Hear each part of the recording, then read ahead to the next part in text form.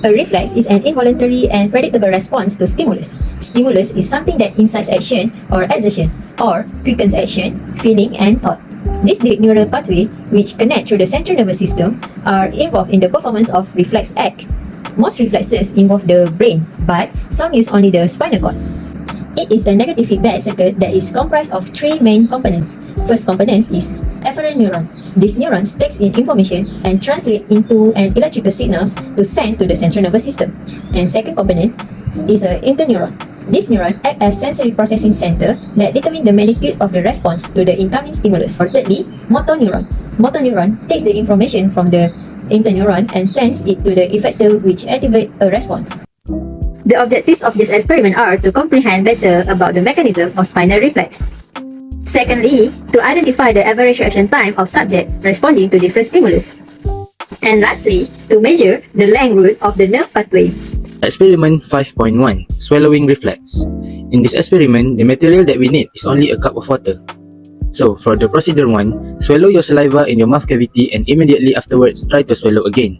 You will find it difficult to swallow for the second time. Next, drink a glass of water and repeat procedure 1. You should notice that there is no difficulty swallowing in repetition. So, for the question, why is it difficult to swallow our saliva in rapid succession? Is swallowing a completely voluntary action? When we swallow our saliva for the first time, there is no more saliva. Thus, no more stimuli.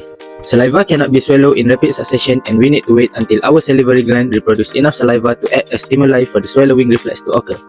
So, swallowing reflex is an involuntary reflex that requires saliva to act as stimuli. Question number 2. Explain the ability to swallow in rapid succession when drinking water compared to just swallowing saliva in your mouth cavity. When we drink water, water helps us to swallow easier. This is because water replaces saliva in our mouth or act as saliva. This stimulates the muscle of the esophagus to stimulate swallow. Last for the discussion, swallowing starts with the oral phase and is controlled by the medulla oblongata or swallowing center. Bolus move into the stomach by rhythmic and involuntary contraction of several muscles in the back of the mouth, pharynx, and esophagus to be digested. In this experiment, saliva was difficult to swallow rapidly after swallowing for the first time. However, when water was drank, water plays the role of saliva, which is swallowing. This is because swallowing is an involuntary reflex that requires saliva to be stimulated. Okay, for this experiment, Khalida will be the experimenter and Agnes will be the subject. For experiment 5.2, reaction time to sight, the materials and apparatus that we need is two stopwatch. Both experimenter and subject have a stopwatch, and both stopwatch were started simultaneously. Experimenter stopped her stopwatch. The subject follows as soon as she sees it. The time lapse between both the experimenter and subject's action was measured, which gives the reaction time of the subject. Experiment was repeated 10 times. Average reaction time was calculated by dividing the total time lapse by 10.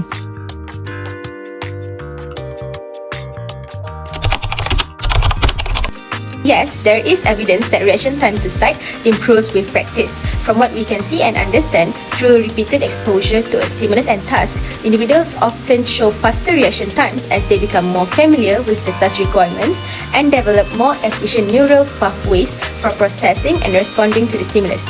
This improvement is often attributed to various factors including increased attentional focus, enhanced motor coordination, and improved decision-making process.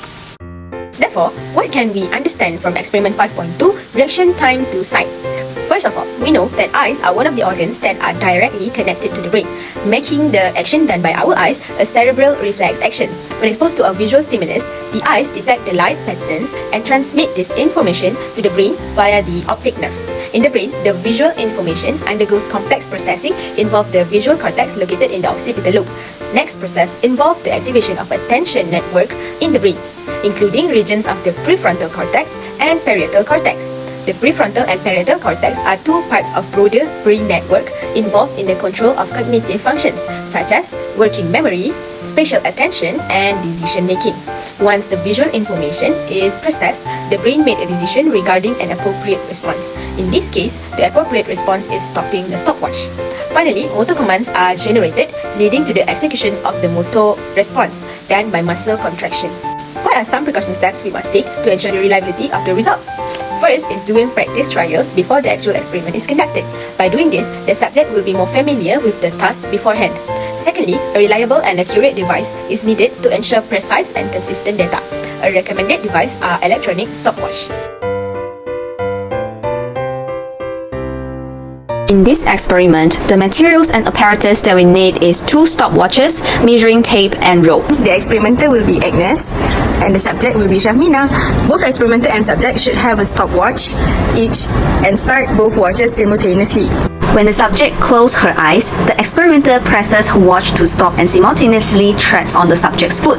The subject then presses her watch to stop. The results of experimenter's time and subject's time will be recorded in table 5.2. Then, the experiment is repeated 10 times.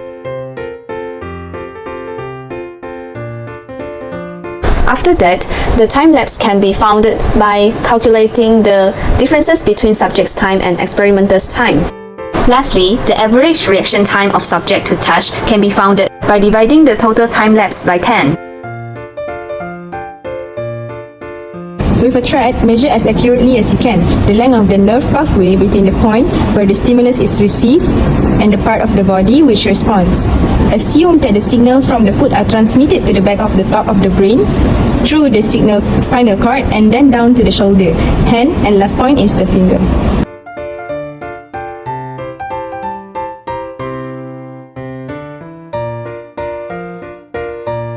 Use a measuring tape to measure the length of the rope used in Procedure 5.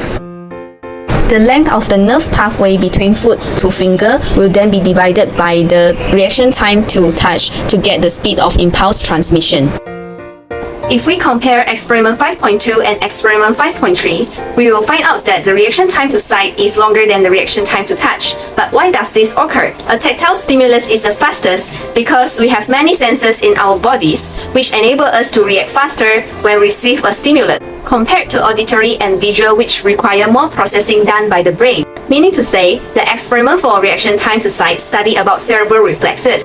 Cerebral reflex is a reflex that involves the brain. It usually occurs in the organs which are directly connected to the brain, such as our eyes.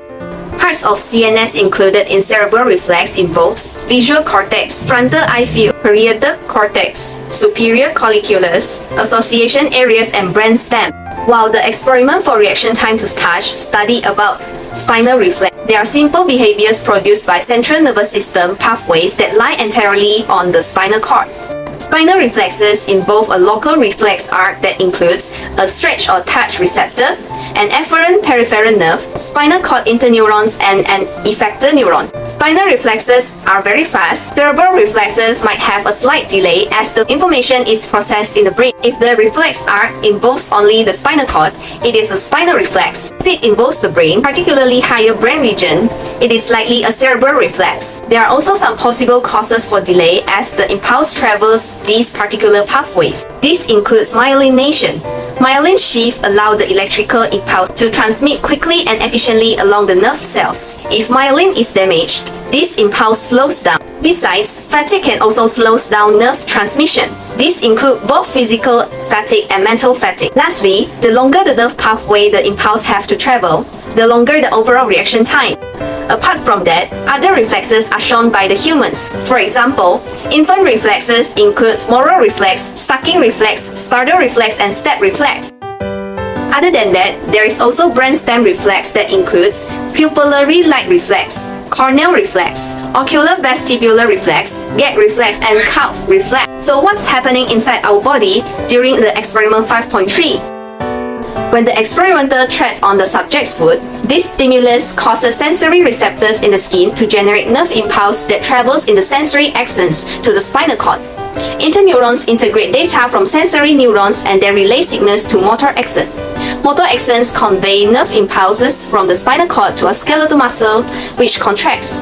Movement of stopping the watch is the response to the stimulus. In conclusions, the mechanism of spinal reflex has been comprehended. Secondly, the average reaction time of subject responding to different stimulus has been identified, which are 0.272 seconds for sight and 0.101 seconds for touch. And lastly, the length of the nerve pathway has been measured, which is 2.575 meters.